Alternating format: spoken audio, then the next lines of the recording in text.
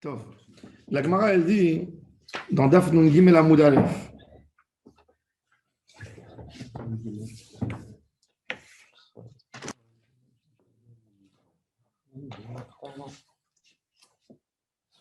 que quand il lançait la Ketoret sur la, quand il lançait la Ketoret sur la tôle, il allait. La dernière vague de vaccination est arrivée. On va bientôt enlever les masques. Aleph. Quand il versait la Ketoret sur la poêle dans le Kodesh HaKodashim, il commençait par le fond en allant au début. Pourquoi il commençait par le fond? Parce que s'il commence par le début, s'il verse, si ça lui brûle les mains, les braises qui sont sur la Ketoret, ça lui tombe. Tandis que s'il commence au fond, même si ça brûle un peu, il ouvre et ça tombe sur la poêle. Et même, il fait de la fumée. Il fait de la donc, fumée. s'il va vers l'avant, il ne voit pas où il va. Il ne voit pas où il va aussi. Tano Rabbanan, Venatan et Ketoret, alors on a dit, Ala Esh Lifnei Adonai. Il mettait la Ketoret sur les braises devant Hachem, c'est-à-dire au Kodesh HaKodashim. Les Sadducéens, eux, rentraient au Kodesh HaKodashim, qui pour eux, il fallait rentrer au Kodesh HaKodashim, avec la Ketoret déjà sur la poêle. Alors nous, on faisait, il faisait jurer le Kohen qui n'allait pas faire comme eux. Le Hotzim Liban chez Zukim, il est Aken Mibachutz, et après il fait rentrer. Et pourquoi Maïdarouche, comment eux, ils interprétaient le texte pour justifier leur comportement? Qui Beranan et la Kaporet. Ils ont dit Beranan, c'est-à-dire il faut qu'il y ait toujours un voile entre l'homme et Akadosh Baruch Hu. Et donc quand il rentre dans le Kodesh HaKodashim, il faut qu'il ait déjà de la fumée dans les mains pour qu'il ne voit pas qu'est-ce qui se passe au Kodesh HaKodashim. Comme ça, les Sadducéens ont compris. Alors ils leur ont répondu, nos sages. Sadducéens, c'est un mouvement qui a été monté par un monsieur qui s'appelait Tzadok.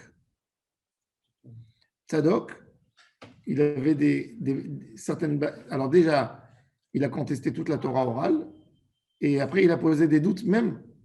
Il a voulu reconstituer même la Torah écrite. Il n'y croyait pas dans le monde futur. Il dit, oh là, ce n'est pas écrit dans la Torah.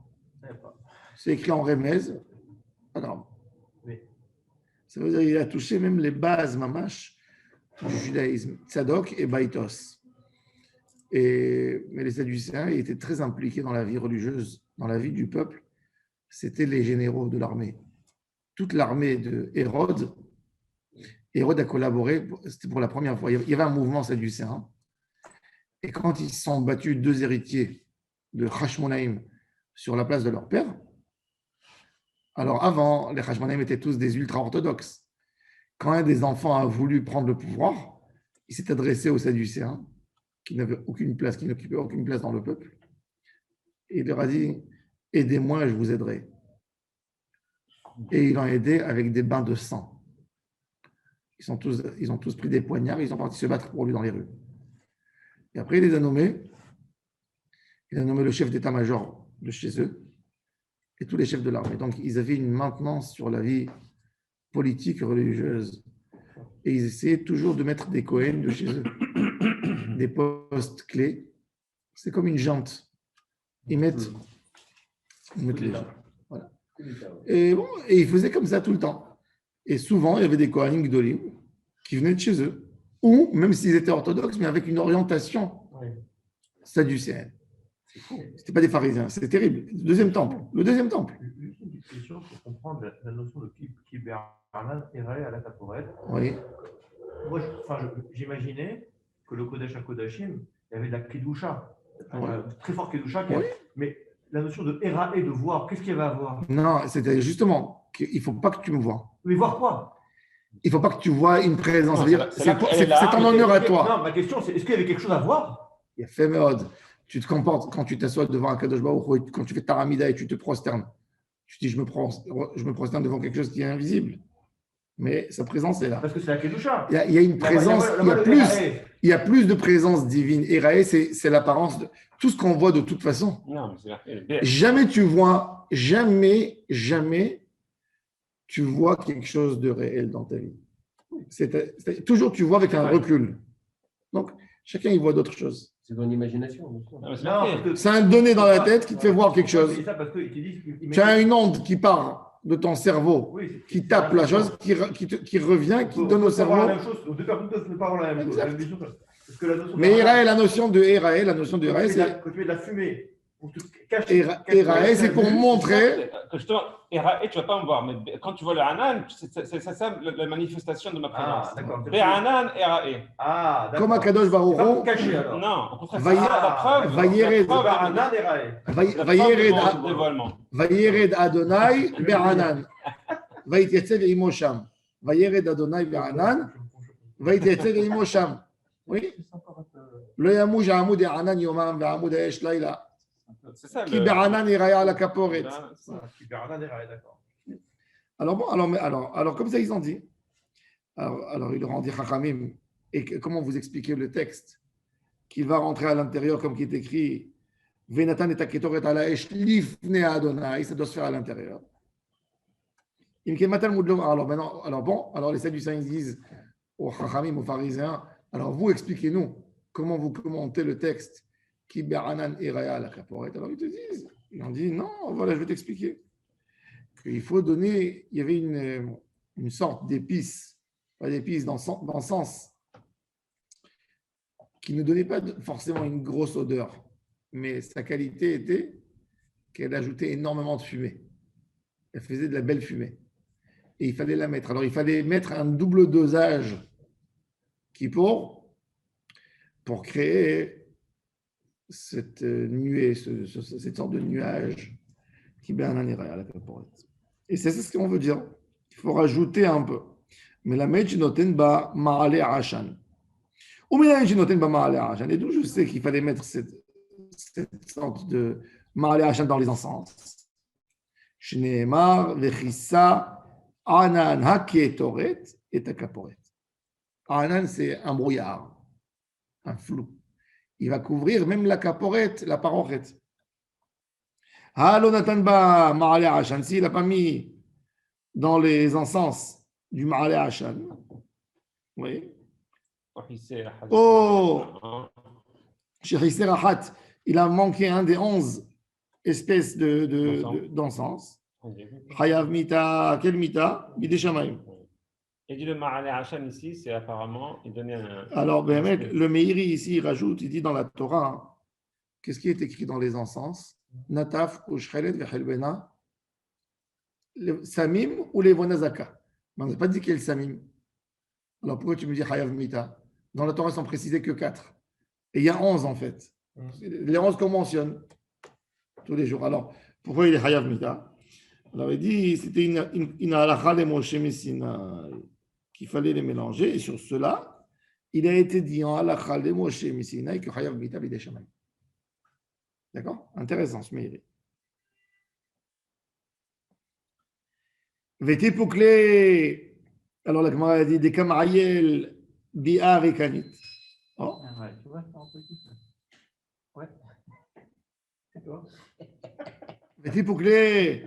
Même si ce n'est pas écrit Velo Yamut, on est Chayav. Pourquoi?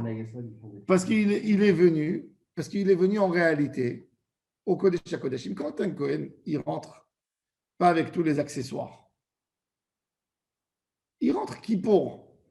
Mais si la Torah elle a dit Bezot Yevo Aaron et la Kodesh Bepar Ben Bakar, etc., et il amène la Ketoret, s'il lui a manqué un des éléments en réalité, Bah oui.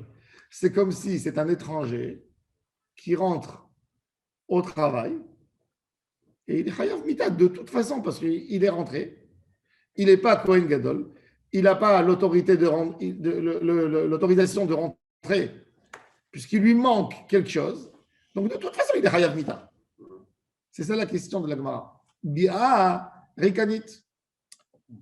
C'est comme, je ne sais pas moi, un officier.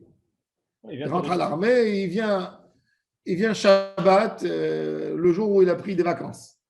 Et il vient avec ses habits, des espadrilles. Qu'est-ce que tu rentres comme ça? Tu ne peux pas rentrer. Il est rentré, je suis venu. Tu n'as pas le droit.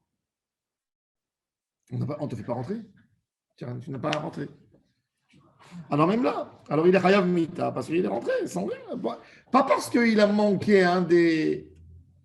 C'est-à-dire que la Gemara, elle a une question, c'est plus profond encore, c'est plus fin la question de la Gemara. La Gemara a dit, tu sais quoi? Tu vas me dire quoi? Tu veux tuer quelqu'un pour Alachal et Moshe Messinaï? Je te dis non, je ne le tue pas pour Alachal et Moshe Messinaï. Il n'est pas Chayav Mita parce qu'il a transgressé une Alachal et Moshe Messinaï. Là, Alachal et Moshe Messinaï, elle dit la forme, comment il a besoin de rentrer. Du moment qu'il n'y a pas de forme, il est rentré sans rien. Il est Chayav Mita, mais il est shaman. La Alachal et Moshe Messinaï a dit, tu dois rentrer avec tel et tel accessoire. Elle n'a pas dit qu'il est Chayav Mita parce qu'il n'a pas mis l'accessoire. Elle a dit parce qu'il n'a pas mis la kétoret et les encens sur la poêle. Il est Chayav Mita parce qu'il ne peut pas faire ses fonctions. Et c'est un homme qui ne peut pas remplir ses fonctions. Et il est rentré. Il n'y a aucune différence entre lui Non, mais et Israël. Ça peut être un lave de Malchut. Non, mais la Torah, elle dit qu'un homme a le droit de rentrer Kippour avec tant et tant d'accessoires, tant et tant d'habits, tant et tant d'actions faites. Il n'y a pas marqué. Du moment où l'action n'est pas faite, il n'a pas le droit de rentrer. Il est comme tout étranger, comme tout le monde, Un zar. toute l'année. Il savait qu'il n'avait pas ce qu'il fallait. Et il est quand même rentré. C'est ça qui fait qu'il est Chayav. Pardon? Oui, Il c'est la savait. Méside. C'est la Ouais. Méside. Il savait, en fait. Est-ce que c'est marqué clairement Attends, parce que ça, il est. Non, mais il est éteint là, je l'avais éteint moi. Est-ce que c'est marqué clairement, parce qu'il y a la mitzvah du code de rentrer à Kippour. Est-ce qu'il est marqué clairement qu'il y a Laisse. une condition sine qua non qu'il faut qu'il y ait tous ces éléments-là pour rentrer? Ben oui, c'est ce que la Gemara te dit. Non, non, implicitement, tu n'as pas besoin. Pardon? Implicitement, tu n'as pas besoin de le dire. Pourquoi? Parce C'est que, ça ma question. parce que Kodesh HaKodashim, Ouais. personne n'a le droit de rentrer. Personne n'a le droit. Personne n'a le droit de rentrer. Oui, d'accord. Même le Kohen Gadol, Yom Kippourim, s'il ne vient pas avec toute la tiraille. Ah, Donc forcément, Chayav Mita, automatiquement, indépendamment de tout ça en fait. Alors la Gemara a dit. Alors la Gemara a dit. Donc il est Chayav Mita parce que c'est Biarikanit. Amarav Sheshat, Achab Mayaskinan, Kegon Shishagag Bevia, Vehezid Beaktara. Il dit, il ne savait pas qu'une bière écanite, on est Chayav Mita. Venir sans aucun Sans but. rien, en touriste. Je savais pas. Et il était méside dans le issour de la kétoret, qui lui manquait de la kétoret. Donc, il y a une metsiout qu'on peut être Chayav Mita à propos de la kétoret et pas à propos de Biat Migdash. Okay. Shagag Bevia, Okay. Vehezid Beaktara. Comme quelqu'un pensait que Kippour, il n'y a pas de Chayav Karet, mais il a mangé Taref Kippour. Chaylev. Achal Chaylev Beyom HaKippourim. Il est shogeg par rapport à Kippour et il est Chayav par rapport à Chaylev. Rav Ashi Amar, Rav Ashi répond une autre réponse. Il te dit, hésite, non, moi je peux te dire, hésite dans les deux, il est Chayav Mita quand même. Hésite Bazou, Bezou. Kegon de Haïl, Shtek Tarot. Il est rentré dans le Kodesh Kodashim, il a amené Ce qu'il fallait.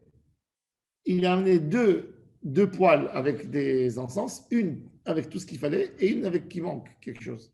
Ah. Il a fait en une fois, il a fait un ISO et il a manqué quelque chose. L'Ichora, c'est.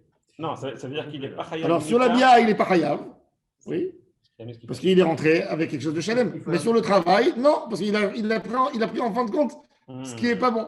Il est rentré avec deux. Avec un. Zéro défaut, il faut. Zéro défaut, Chayav Mita. L'olé aussi, il ne faut pas rajouter. Ah, c'est dangereux, oui. Alors la Gemara dit qu'il דהאיל שתי הקטרות, אחת שלמה ואחת חסרה. הלא רבי הלא מחייב דהאיל לשלמה. ההקטרה מחייב דקמקטר, כי תורת חסרה. Beau message. L'olé Ah. aussi. Exactement. לא להוסיף, לא Il faut faire להוסיף, bien. לא להוסיף, לא להוסיף, כלום. אמר, Bateau, Ouais, c'est c'est vraiment vrai. c'est rien. Vraiment, non, c'est le même Kodesh Kodashim, tu pourrais dire je veux faire ça. Toutes ces idées tordues, elles viennent quand on commence à commenter le texte de l'ordre. Je disais dans un shiur qu'on avait un rave il venait de Russie. Et il disait toujours, quand on étudiait, il disait il y a le quoi et il y a le pourquoi. Il ne faut jamais poser le pourquoi avant le quoi. Le quoi, ça veut dire qu'est-ce que j'ai devant moi. Toujours. Donc, dans n'importe quel sujet que tu veux aborder, tu vas étudier un sujet. Tu as un sujet compliqué, tu as un contrat que tu veux lire. Avant de poser la question pourquoi c'est écrit, comprends le quoi, qu'est-ce que j'ai devant moi. Et il dit le problème de l'homme dans la compréhension de la vie, c'est qu'il pose le pourquoi. Avant de comprendre Le lama, il vient avant le ma, toujours. Et c'est très très grave. Pour lui, toujours, quand on étudie un sujet, c'est très beau, c'est fin. On posait une question, il dit, tu poses une question de ma ou lama. Parce que maintenant, je ne réponds pas sur le lama, maintenant j'explique le ma. On va finir d'expliquer ma, tout haut, tu vas poser la question lama. C'est marrant, on hybride. Pourquoi, mal, lama. Ouais, le quoi, un peu. Alors la Gemara maintenant elle revient au sujet de Amar Mor Uminayin Shinoten Ba Ma'ale Hashan. D'où je sais qu'on met du Ma'ale Hashan, qu'il fallait mettre du Ma'ale Hashan. C'est quoi Malachon? C'est la fumée? C'est herbe. C'est un sens particulier qui faisait que la fumée se faisait en colonne. En colonne tout droit. Et bon, et aussi ça dosait plus sur la quantité de fumée. Ouais. Bon, alors la Gemara a dit, on avait eu une de Ma'ale Hashan. Alors la Gemara a dit, Vechissa, c'est écrit Vechissa. Alors la Gemara a dit, mais nous on a vu. On a déjà vu qui est écrit. Kiber Ananira à la capo. De là, on a appris le dîne de Ma'ale Hashan. Pourquoi j'ai besoin de redire Vechissa Anana Ketorit? Amar Rav Yosef, Achika, Amar Rav Yosef, il veut nous expliquer. Enli, Ela Ale Ma'ale Hashan. Ikar Ma'ale Hashan Minayin. Talmud Loma Vechissa. Dans l'herbe du Ma'ale Hashan, cette herbe, elle a la racine, elle a la feuille. La feuille, elle donne le principal du Ma'ale Hashan. Mais il te dit, la Torah te dit qu'il faut mettre même de la racine de cette herbe. Ça veut dire toute l'herbe, c'est une herbe spéciale qui n'a pas une idée de Ma'ale Hashan, il doit avoir une idée plus profonde encore dans cette herbe. Amar Abaye, Abaye dit non. Vaïfratania, il est écrit dans la Braïta qu'il faut mettre le Ma'ale Hashan. L'Itania, regardez. Nathan Ba. Dans la Braïta, Ikar Ma'ale Hashan vaya mitamer ve'ole kemakel, עד שמגיע לשמי קורא, וכיוון שהגיע לשמי קורא, ממשמש ויורד בכותלים, עד שנתמלא הבית העשן, שנאמר והבית ימלא כולו עשן. Il te dit non. Il te dit dans la Braïta, il est écrit qu'on prenait la racine. Et comment ça faisait? Ça montait comme une colonne, ça montait jusqu'au plafond du Kodesh HaKodashim, et ça descendait sur les murs, et ça revenait comme ça. Et encore une fois, ça retournait, et tout était plein de fumée. Et là, ça commençait à sortir après. Alors, qui est écrit, Abaye Imale Hashan. Alors, Abaye, il essaie de répondre les paroles de la Braïta, contrairement à Rav Yosef. Qu'est-ce qu'il a dit? Endi et la Aikar Ma'ale Hashan, c'est la meilleure partie. Allez, Ma'ale Hashan Minayin. Il faut couvrir.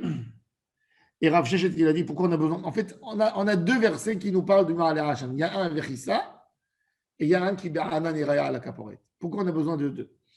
Alors, Rav Shechet, il a dit tout ça, on parle uniquement dans le Mishkan qu'il y avait dans le désert. Béton Alamim, Shiloh, Béton Alamim, c'est pour ça, il y a un texte qui te parle pour le tabernacle et l'autre qui te parle pour le temps fixe. La Gemara dit, qu'il faut mettre, on apprend c'est de Oel Moedash Shochen. On apprend tous les dynimes qu'on fait Kippour au tabernacle, on fait dans tout endroit où il y a le Mishkan après. Pourquoi tu as besoin d'une étude spéciale?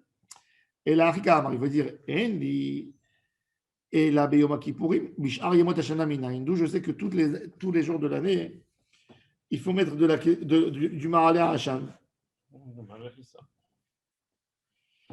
Alors il te dit, ça c'est l'étude, il a fait dans la Kétoret. C'est pour ça qu'on dit même dans les 11 de la Kétoret, Ma'ale Hashan Kol Shiur. Il y a d'autres qui ont dit Ma'ale Hashan Kol Shiur Ribbi. À l'époque, les rabbins, ils fumaient. Et ils fumaient un peu déjà, ils deviennent rabbins. Ah, Kol Shiur, Kol Shehi. Ma'ale Hashan Kol Shiur. Marqué dans le Ktoret avec un hi. Shehi. Oui, Kol Shehi, Alors, Kol Shehi. parce que c'est différent. Kol Shehi, c'est la feuille. N'importe quel. Oui. Mais Kol Shehu, c'est en quantité. C'est en quantité. Il y a beaucoup de. Nous, on a l'habitude, d'après le Hari Akadosh, on dit Kol Shehu. Kol Shehu. Kol Shehu. Un peu. Notre Nosach, nous, il est Medouyak. Chaque lettre, il est Medoukdeket. C'est vrai. Il a raison, Rabbi Yaakov, que en fin de compte, si tu dis Marale Hashem Kol Shehu, c'est toutes sortes de Marale Hashem, tout ce qui fait de la fumée. Toute feuille mouillée, elle fait de la fumée. Même une feuille mouillée sur la kétoret, c'est bon. Et Marale Hashem Kol Shehu, c'est même très peu marqué. Parce que les encens, il n'y a pas une mitzvah dans l'encensoir d'avoir une fumée, il y a une mitzvah d'avoir une bonne odeur. Ishere Arnichor Hashem. Pas une mitzvah, c'est qu'il faut. On met quelque chose pour la beauté de la fumée. Kol Shehu. Alors, Kol Shehu, c'est la quantité. Et Kol Shehi, c'est n'importe quel Marale Hashem. Et c'est Mistaber que c'est Kol Shehu, c'est même dans la logique. Non, Il c'est y pas avait une heure, le Nikoud. tu mets- Le Nikoud, c'est Kol Shehi, mais il faut dire Kol Shehu. Oui. Alors, Tu- c'est peut-être les deux. Mikra au Mirtal. Non, il y a pas, le mot Marale Hashem, il n'est pas écrit. Non, Kol Shehi, c'est Hey Yud Aleph, c'est marqué. Non, mais prends le cidre, voilà, prends le. Non, faut le lire dans la. Comment dire? Non, voilà, non, prends le, voilà, vas-y. Non, il faut le lire. Mais ici, c'est pas très. Il faut le lire dans le parchemin, comment il écrit dans le parchemin. J'ai compris. Mais ici, je sais pas, ça dépend. Non, on le dit Kol Shehu. Non, ceux qui disent Kol Shehi, c'est parce qu'il est ponctué avec Hey Yud Aleph. C'est ça le problème. Là, c'est Kol Shehi. Hey Yud Aleph. La Kol Shehi. Après, c'est le Mikra et le Miktav, c'est ça aussi la différence. Mais il n'y a pas de Mikra Mirtav, c'est une Braïta. Oui, mais il faut voir C'est une. Ouais. Parce que dans beaucoup de parchemins, il écrit Hey Yud Aleph. Ça veut dire qu'ils sont d'accord pour dire Kol Shehi. N'importe. Il faut voir le Rambam. Alors, il faut voir Rambam. Il faut voir Rambam. Alors, il faut voir la halakha. Quand il irait que le Kol Shehi, c'est peut-être pas. Il faut voir le Rambam. Certainement que le Rambam, il doit être possèque. L'omatza, tu ne prends pas de cette herbe qui s'appelle Marale Hashem, tu prends n'importe. Alors, c'est Kol Shehi. Bon. Ça va ou pas? Je sais pas. Je vais vérifier le langage du Rambam Non, c'est toujours. dans Ilchot Maraseh Ketoret. Il n'y a pas ici Maïmonide, j'ai à la maison. Alors regarde, ouvre Rambam, Ilchot Maraseh Ketoret, c'est Rambam, Ilchot Maraseh Ketoret. Voilà, parce que tu as bloqué. Non, à la fin, hein.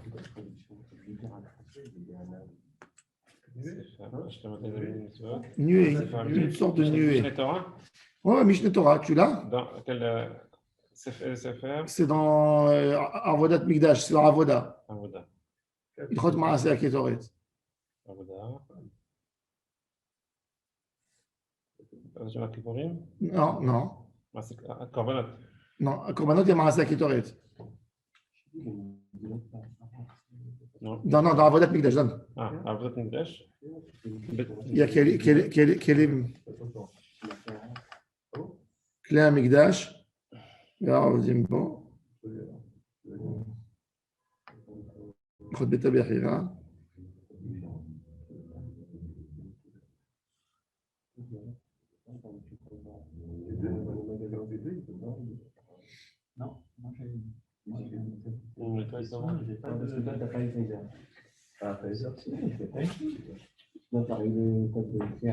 Mais attends, tu rigoles ou quoi? Je t'ai mis en plan.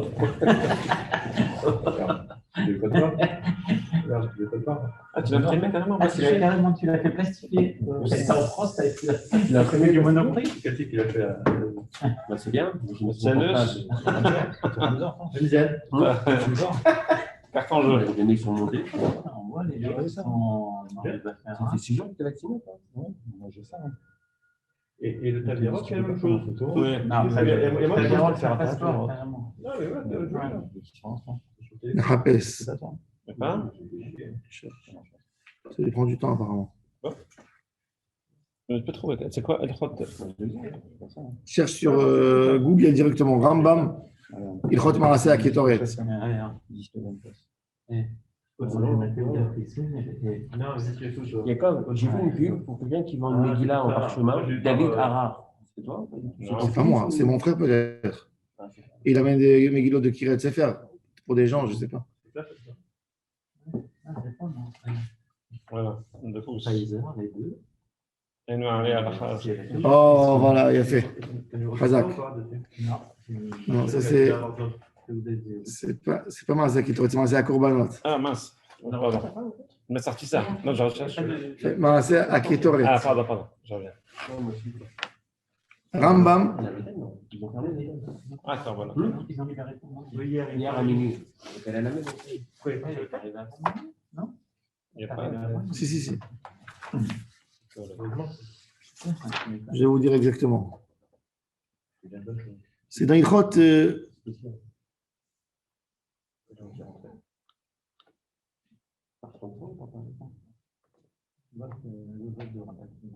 y avait un, il y a reçu l'autorisation. Ah, sinon, c'est pas rentable. Ça s'appelle l'autorisation sur la Qui faut avoir l'autorisation?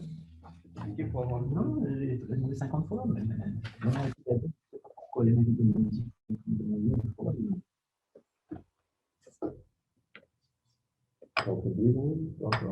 Clé Amigdash, Perek Beit la fête.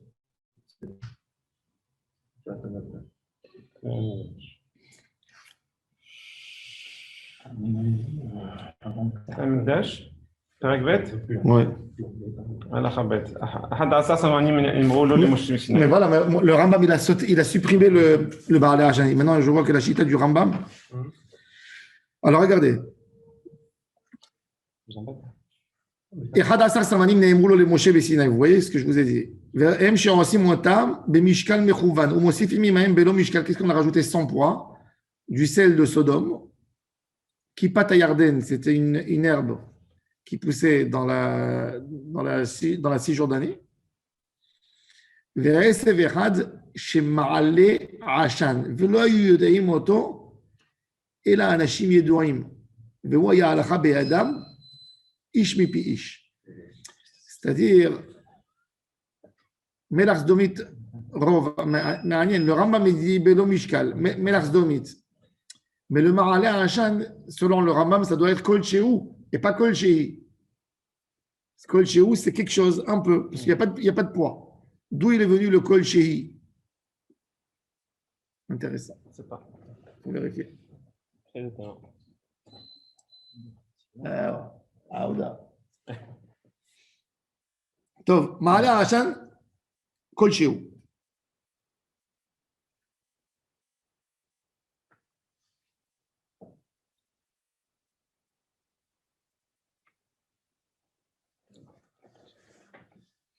Alors, il nous dit.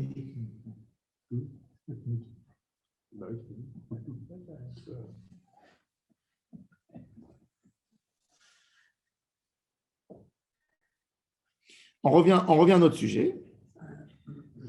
Tanoud l'homme avec qui ça Amar, Endi Ela Olmo, je me Kenya, c'est le mot de dans le large, 5e ligne. Et la Harika Amar, Endi Ela Beyom Kippour, Bishar Yemot Hashana Minayin, Tanoud l'homme avec qui ça veut dire tous les jours de l'année, ça veut dire c'est venu l'enseignement des deux textes. Il y a un qui parle de Kippour et le second qui parle toute l'année. Rav Ashi Amar, Had le mitzvah. C'est intéressant. Dans les mitzvot de la Torah, on a la partie mitzvah et la partie que si tu ne fais pas, ça t'empêche de faire la mitzvah. Si tu ne l'as pas fait, tu peux rien, tu peux pas amener la kétoret sans ça. Rava Amar, had le onesh, had le hazara. Il y a un qui vient nous donner la pénalité, parce que la Torah elle dit attention, il faut avoir ça pour qu'il ne meure pas. Et il y a l'autre qui dit le din, le chisa. Sans écrire velo yamut. Il y a le din et il y a la pénalité. Tu sais, le din, il est comme ça. Ne crois pas, c'est sérieux, c'est pas de la rigolade. Si on ne fait pas chas shalom, ça peut ramener un danger. Tania.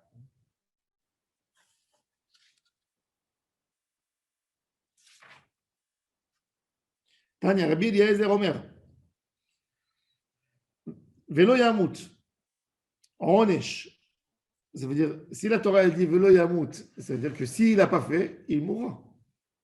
S'il a joué avec la Kétoret, si la Torah elle dit Velo Yamut, c'est-à-dire que quoi? Que s'il fait mal, Yamut. Oui, c'est ça.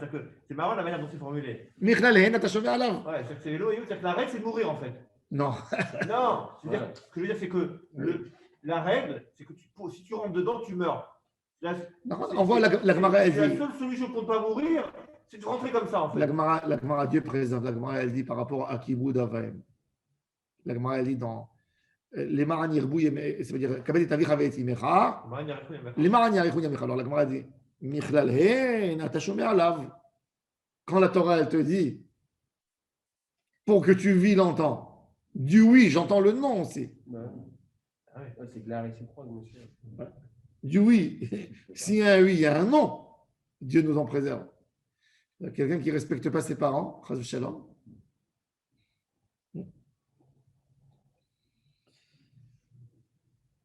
Aïe. Oui. Avec te dit, la man Yarikhu Yamecha, c'est aussi parce que chacun a un destin quelque part. Tu peux prolonger ce qui est la quantité de jours qui t'est déjà attribuée. Oui, mais c'est vrai, tout celui qui a respecté ses parents, Bedderich, là, il a une longue vie. Et c'est Badouk. Il y a 2 mitzvot dans la Torah. La Torah, elle a dit, il n'y a pas de haine. La Torah a dit, Matan Schar Ba'olam Hazeh. Il y a Shiloh Haken aussi. Shiloh Haken, c'est ça. Mais Shiloh Haken, il est rare. Mais le Kibud Avaim, le Kibud Avaim, Il faut le chercher. le Kibud Avaim, tu l'as. Et quelqu'un qui a respecté ses parents, sans dire un mot, il aura une longue vie.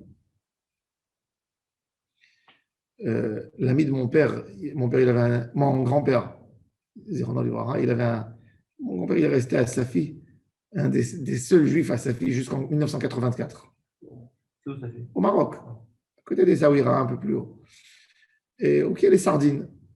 Et il avait un ami qui s'appelait Youssef Hamzalag. Et ce Youssef Hamzalag, il est venu voir sa fille en Israël. Et l'avion, si vous je ne sais pas si on peut se souvenir, l'avion qui a été pris en otage, tout l'avion par des terroristes. Non, pas un TB, qui était parti en Jordanie. Qui a explosé à la fin, c'est qu'ils ont tué ou... Non, ils n'ont pas. Finalement, il y a eu une collaboration. Ils ont. Ouais, en TB, peut-être. C'était en TB, excusez. C'était Septembre Noir. Le Septembre Noir, tout à fait. Ah non, alors c'est pas... C'est pas en TB, c'était un autre. Septembre Noir, ouais. Non, C'est Septembre la Noir, c'est Jordanie. Jordanie, c'est ça. Et ils lui ont dit qu'ils vont le tuer. Parce qu'ils ont dit que si l'État d'Israël ne va pas leur répondre, toutes les heures, il tue quelqu'un. Et tout le monde paniquait à côté de lui. Et lui, il a dit, moi, je ne vais pas mourir. Il a dit c'est quelle sûr tu dis que tu ne vas pas mourir? Il dit, je suis jeune encore. Moi, j'ai respecté mes parents énormément toute ma vie. Je ne peux pas mourir jeune. Et il est mort à 98 ans. Le monsieur, il est mort à 98 ans. Ce n'était pas un grand religieux, c'était un grand connaisseur de Torah, pas un grand. Mais en Kibud Avaim, ma grand-mère me disait, il a fait pour ses parents ce que, hors du commun. Il a dit, je ne peux pas mourir. La Torah m'a promis que je vais mourir, que j'ai du temps.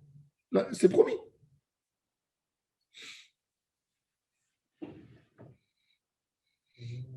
Alors il dit, Kibe Hanan Iraya la Kaporet, c'est Azhara. Yachol, Yushnehem, Amorin Kodemitat Bene Aaron. Il y a des qui disent que peut-être c'est ça la faute des enfants de Aaron Cohen, qu'ils ont amené la Kétoret sans Ma'aleh Hachan. Talmud Lomar, Achem Watchne Bene Aaron. Non, ils ne sont pas morts à cause de ça. Ils sont morts à cause d'une autre affaire. La Gemara va préciser. La Gemara va mentionner maintenant, on va voir. Alors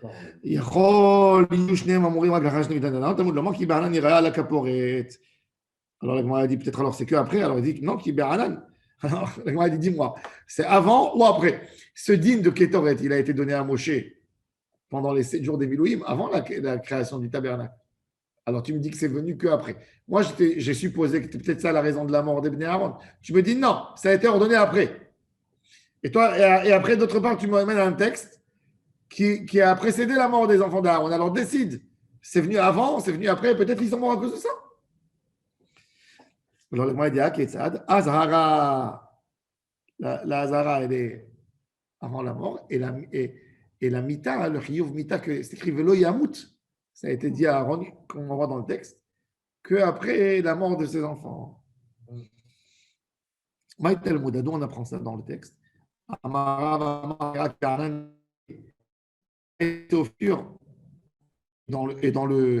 Et dans l'histoire des enfants d'Aaron, ils n'étaient pas encore vus à Kadosh Baruch Hu, il ne s'est pas encore manifesté. Bon, maintenant la Gemara dit alors, pourquoi les enfants d'Aaron ils sont morts? Et là, Maïtama Iranouch, pourquoi les enfants de Aaron à Cohen sont morts? Dans les lignes larges, au milieu des lignes larges. Alors on a plusieurs avis. Il y a une baraïta. Rabbi Eliezer Omer lo betu bnei Aaron ela al sheoru halacha lifnei Moshe Rabban. Moshe Rabbeinu était là-bas. Moshe Rabbeinu a inauguré le Mishkan. C'est lui qui a préparé tous les Kohanim.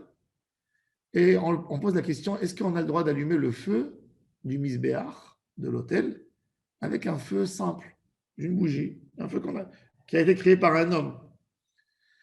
Et on a une halakha quand le Rav Gdolador, le Moshe Rabbeinu, qui a entendu la Torah de Hakadosh Baruch Hu, il est là à côté. Il y a quelqu'un qui pose une question. Tu te tais, tu te la boucles. Tu le laisses répondre. C'est comme quelqu'un, il a Shulchan Aruch devant lui, il dit, moi je pense que c'est comme ça. Qu'est-ce que tu penses? Ouvre le Shulchan Aruch. Quel le rabbin devant toi? C'est Shulchan Aruch. Le Mishneh le Melech, Rabbi Yehuda Rosanes de Constantinople, Rabbi Chaim David Azoulay, il raconte dans Shema Gedolim que quand on venait lui poser une question, même qu'il connaissait tout à la perfection, il disait, Rabbi Yosef Karo, c'est notre Rav. Je n'ai pas le droit de répondre s'il est dans la bibliothèque. Il prenait, il ouvrait, il disait, tu vois, voilà, c'est ça là. Pour ne pas dire, tellement ils avaient le respect. Mon cher Rabbeinu, il est là, votre oncle, votre Rav, le Gdolador. Qu'est-ce que vous dites? C'est comme ça qu'il faut faire. S'il y a une question qui s'est posée, il est là pour la répondre. Alors, ils sont morts pour un manque de respect, selon l'avis de Rabbi Eliezer. Et la Gemara a dit, avec quel argument maintenant? C'est-à-dire, ils sont morts, mais est-ce que ça tient la route? Ce qu'ils ont dit? Ils ont dit, qu'est-ce qu'ils nous ont enseigné? Ils nous ont dit que ce n'est pas la peine que le Kohen, c'est pas la peine d'allumer un feu, d'attendre le feu qui descend du ciel, et on peut amener un feu qui a été créé par un homme. Est-ce que ça tient la route halachiquement? Alors le Gemara a dit oui. Maïdarouche, qu'est-ce qui est écrit? Venatenu bnei Aaron à Kohen et Shalom Mizbeach, afal pi she'esh yoredet min hashamayim.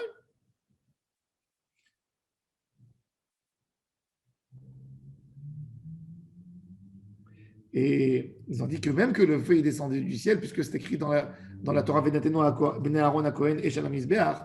Alors la Gemara dit Mikan, que quoi? Chez mitzvah, la rimina idiote, que même nous, les idiototes, nous les hommes, on ne va pas dire à Dieu, allez, manifeste-toi.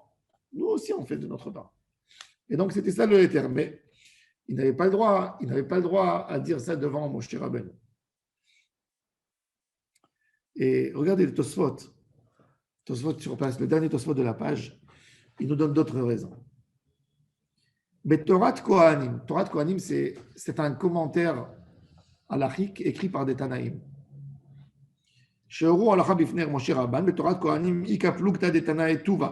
a plusieurs arguments de Tanaïm pourquoi ils ont été punis. Il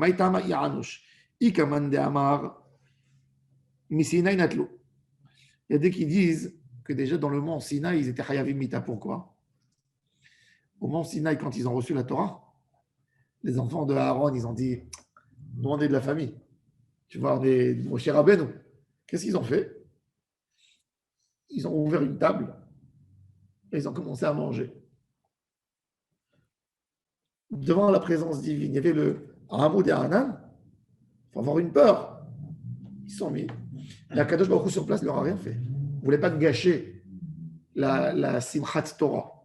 Mais ils ont été punis le jour de l'inauguration. Il a dit, vous n'allez pas venir travailler chez moi. Et il les a supprimés. Ça, c'est une opinion. Deuxième opinion, c'est que Nadav et Avihu critiquaient énormément leur père et leur oncle, Moshe et Aaron. Chaque chose qu'ils faisaient, ça ne leur paraissait pas bien. Et il disait, alors, quand ils vont démissionner cela, et nous, on prendra le pouvoir. Raklo Moshe. Le bibi, Raklo Moshe. Oui. Quand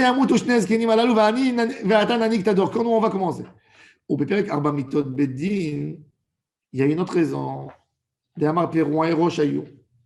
se sont pas coupés les cheveux. Les Kohanim, ils devaient venir, ils avaient une coupe de cheveux, comme les soldats. Tu ne peux pas rentrer. Donc, ils ont cassé l'idée du Mishkan, de la règle. Ça, c'est encore une opinion.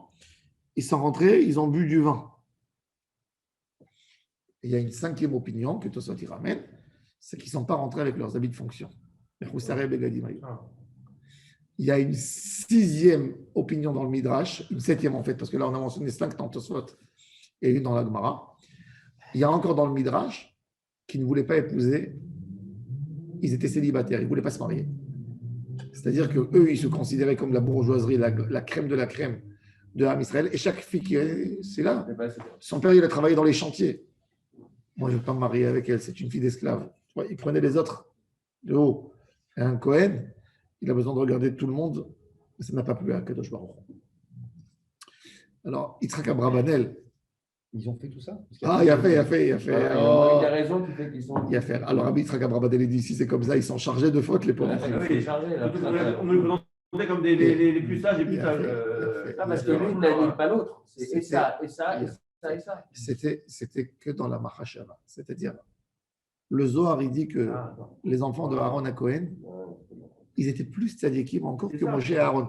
Puisque Akadosh Baruch Hu, il a dit à Moshe Rabbeinu, tu sais, je vais vous construire le tabernacle, mais il y aura un prix très très lourd le jour de l'inauguration du tabernacle.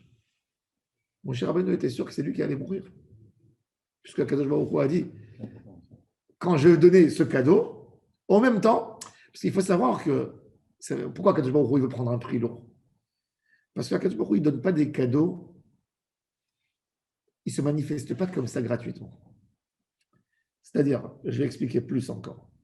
Ça demande de l'explication. C'est pas un cadeau gratuit. Non. C'est-à-dire, il y a des choses, tous les événements qu'on voit dans la vie, ils sont censés à nous amener dans un seul endroit. Comprendre que c'est venu d'Hachem. Quand tu vois quelque chose qui te force à dire que Hachem est là, ça touche ton libre arbitre. Pour le bien ou pour le mal.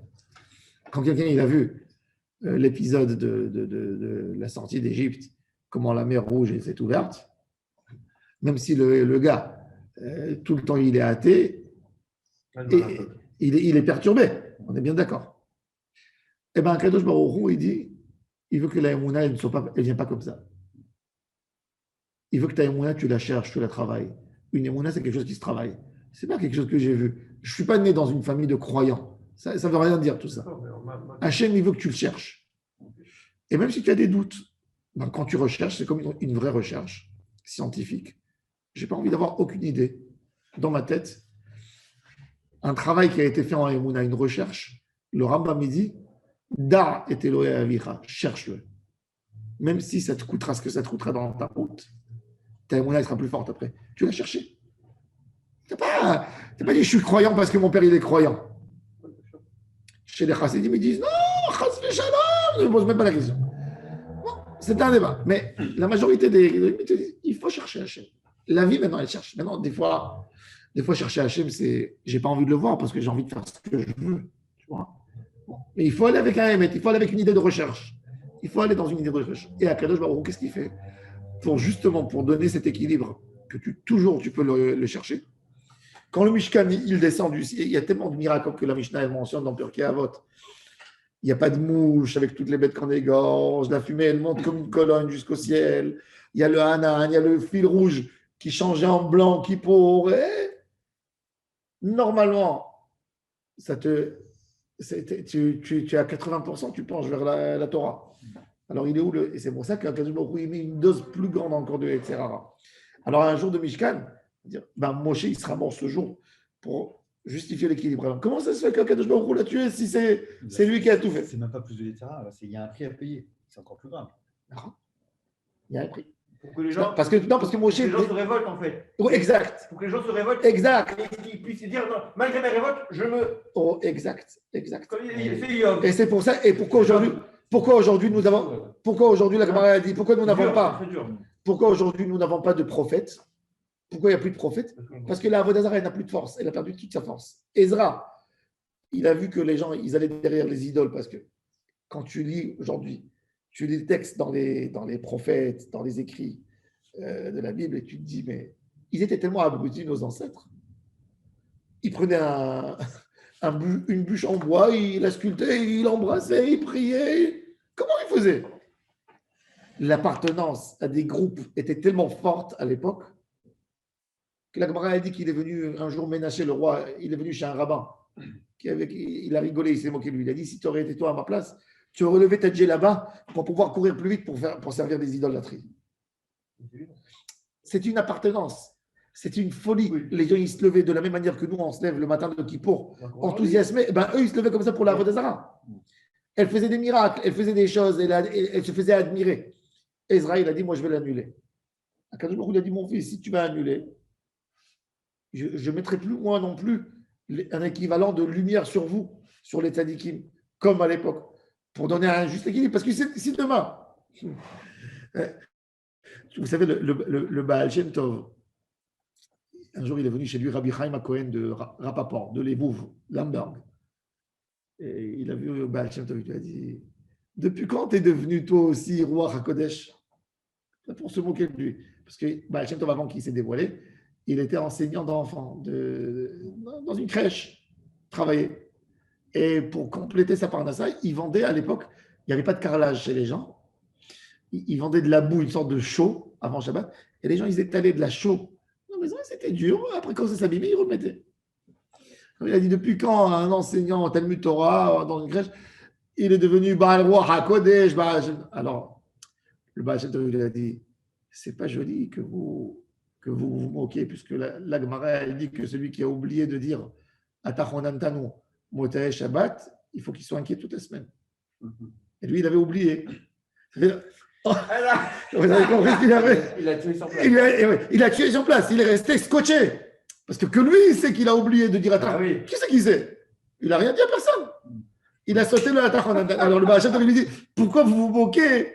Puisque la Gemara elle dit que celui qui a oublié la Tachonantanu, il doit être inquiet toute la semaine. Et il a laissé, tu comprends? Mais ça, c'est des choses. Quand tu as une chose pareille, il se passe comme ça une chose avec toi. Tu trembles. Tu ne sais même plus quoi penser. Tu as peur qu'il est en train de contrôler tes pensées. On raconte, Rabbi Shlomo Shlomi, il raconte que le Harizal, quand il était à sa fête, quand il est mort, le Harizal, les gens, ils soupiraient. Ils avaient peur même dans la pensée. Parce que quand il marchait dans la rue, le Harizal, et il voyait quelqu'un, il faisait comme ça. S'il faisait comme ça, chat. La personne, il venait, il dit, Rav, pourquoi avant-hier, tu te rappelles bien, tu vois? Et les gens, ils disaient tout. Alors, un tzaddik comme ça, il te fait perdre le libre arbitre. Le Rav Akadosh, il dit qu'à la fin des temps, si un Israël ne fera pas la préparation de Teshuvah qu'il faut faire, on va envoyer quelques tzadikim qui vont enlever aux gens leur libre arbitre. Il n'y aura pas de libre arbitre quand tu auras le Mashiach. Non, qui vont. Ça veut dire, Akadosh Baruch Hu veut qu'on fasse Teshuvah. Ouais. Si on ne fait pas, il va nous envoyer des gens, ils vont nous dire des choses tellement puissantes qu'on perdra le libre arbitre, on sera obligé de faire Teshuvah. Ah, c'est très polémique ce que tu dis, parce qu'il y a des rabbes ici où les gens ils ne font rien sans lui demander. C'est la même chose, ils perdent le libre arbitre. Des hommes d'affaires, ils disent que je dois acheter ce truc-là, attends, je demande à mon rab. Il a zéro réflexion personnelle, le gars, il se fie à son rab. Non, il a de l'émouna trachamim. C'est pas qu'il n'a pas, il cherche le avant, il veut la bracha. Il veut la baraka, il ne veut pas la. La bracha. Il ne pose pas la question. Non, mais c'est hypocrite, c'est-à-dire qu'il demande la bracha pour ce qu'il va faire, mais si le rab lui dit il laisse tomber, il ne le fait pas. Donc c'est pas la bracha. En réalité, il perd le libre arbitre de le faire ou pas en fonction de ce qu'il va dire le rab. C'est grave de perdre le libre arbitre. C'est grave, parce qu'il n'y a pas du travail. Ah, d'accord. Mais quand même, à un certain niveau, quand on a besoin quand on en parle, tu vas global, tu comprends bien que dans le peuple d'Israël, il y a beaucoup de, comment on dit, raskassar, des têtes dures.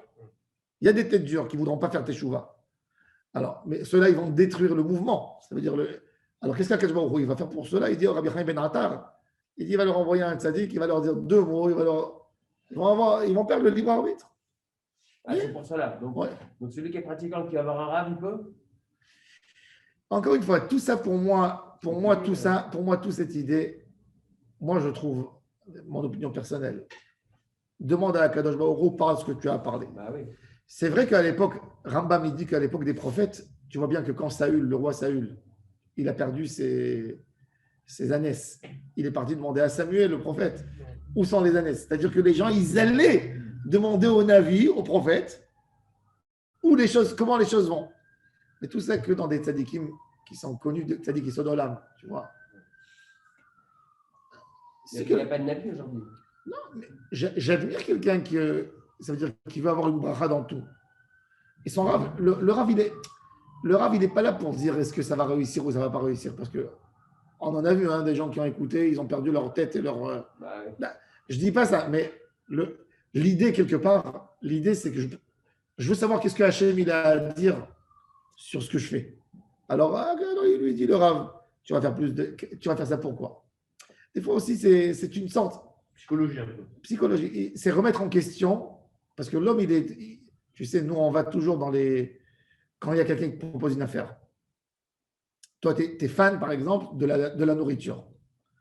Et je te dis, Stéphane, tu vas ouvrir un resto, ça va être beau. Je te montre que les côtés positifs. Maintenant, toi, tu as cette envie profonde en toi que tu aimes tel et tel objet, tu aimes tel et tel produit. Donc, je vais te taper là-dessus, te taper plus fort et plus fort et plus fort. Je ne vais pas te lâcher tant que tu n'as pas fait ce que tu as fait. Et l'idée avec un rave, c'est de reposer la question. Il va te poser tes questions. Il va te casser en même temps. C'est pour ça que Rashi, il te dit, fais-toi un rave. Il te dit, même inférieur à toi en Torah. C'est le fait de poser la question devant quelqu'un d'autre, de remettre les choses en question. Quand tu parles, tu expliques, déjà la moitié des rêves, ils s'en vont. Et tu es dans une réalité. Oui, mais si c'est un rave qui manque toi, c'est que tu n'attends pas de lui un roi à Kodesh. Tu sais, C'est un miroir. Moi, je vais te dire, moi, je me suis fait, au début du mariage, j'étais un peu naïf. Pas naïf. Je ne connais pas le monde. J'étudiais la Torah. Et on peut venir me raconter, tu sais, achète ici, tu vas gagner, fais ça. Alors, je me suis dit, à un moment, j'avais 24 ans, je me rappelle, une fois, je me suis fait avoir grave. Alors, j'ai dit, Yaakov, maintenant, je dis, toi, tu as peur. Quand je pensais sur ça, je me disais, regarde, j'ai 24 ans. Je me suis fait avoir. Il y a quelqu'un qui a su prendre ma naïveté, ma gentillesse, et profiter de moi. Alors, je commençais à avoir peur. J'ai dit, alors, qu'est-ce qui va se passer à 25, à 28, à 30? Je vais me faire avoir chaque fois. J'ai dit, il faut que tu stoppes cette histoire. Et j'ai dit, Baruch Hashem, que j'ai payé cet argent, ça m'a fait poser la réflexion. Je me suis dit, quoi qu'il arrive dans ma vie, jamais j'achète quelque chose tout de suite. Il y a quelqu'un qui me pose la question, je te réponds la réponse. Demain, je pose la question à 2 personnes. Deux personnes. Jamais. Et depuis, Baruch Hashem, même pour une assurance, pour n'importe quoi, il y a quelqu'un qui te dit un prix, ça te paraît très bien. Je dis, il dit, mais pourquoi? Mais je t'ai fait une belle proposition. Merci que tu m'as fait une belle proposition. Laisse-moi demain. Tu poses la question à 2 personnes, tu trouves un peu moins cher, tu trouves. Peut-être non, des fois, mais ça te sauve du fait que tu reposes la question, tu réexamines les choses, tu ne laisses pas tes sentiments te mener. Et ça, c'est une idée, moi, je pense. J'ai dit à ma femme, depuis 500 shekels, on pose la question toujours. Tu vois, moi que 500 shekels, tu poses la question. Tu vas acheter une machine, tu vas acheter une paire de. Tu vas acheter, peu importe. Pose la question à 2 personnes. Qu'est-ce que tu en penses de ça? Il te dit, tu vois, tu te fais ton idée. Jamais te laisser mener par tes sentiments. Quand on se laisse mener, c'est là où on perd notre tête, c'est là où on perd. Et je pense que c'est magnifique. Quand quelqu'un, il sait le partage entre mes sentiments et je vais aller poser la question. Quand il va poser la question, déjà, sentimental aussi, il se détache de l'objet, c'est plus facile pour lui. Il a une meilleure vision. Il ne se laisse pas mener. Parce que toujours se détacher sentimentalement de l'objet. Détache-toi, prends du recul, c'est plus facile pour toi. Même, Et ça, c'est l'idée de demander à un Rav. Ce n'est pas rien que la question Ma'amin, pas Ma'amin. Tu comprends? Bon, on va donner le Olam, amen, amen.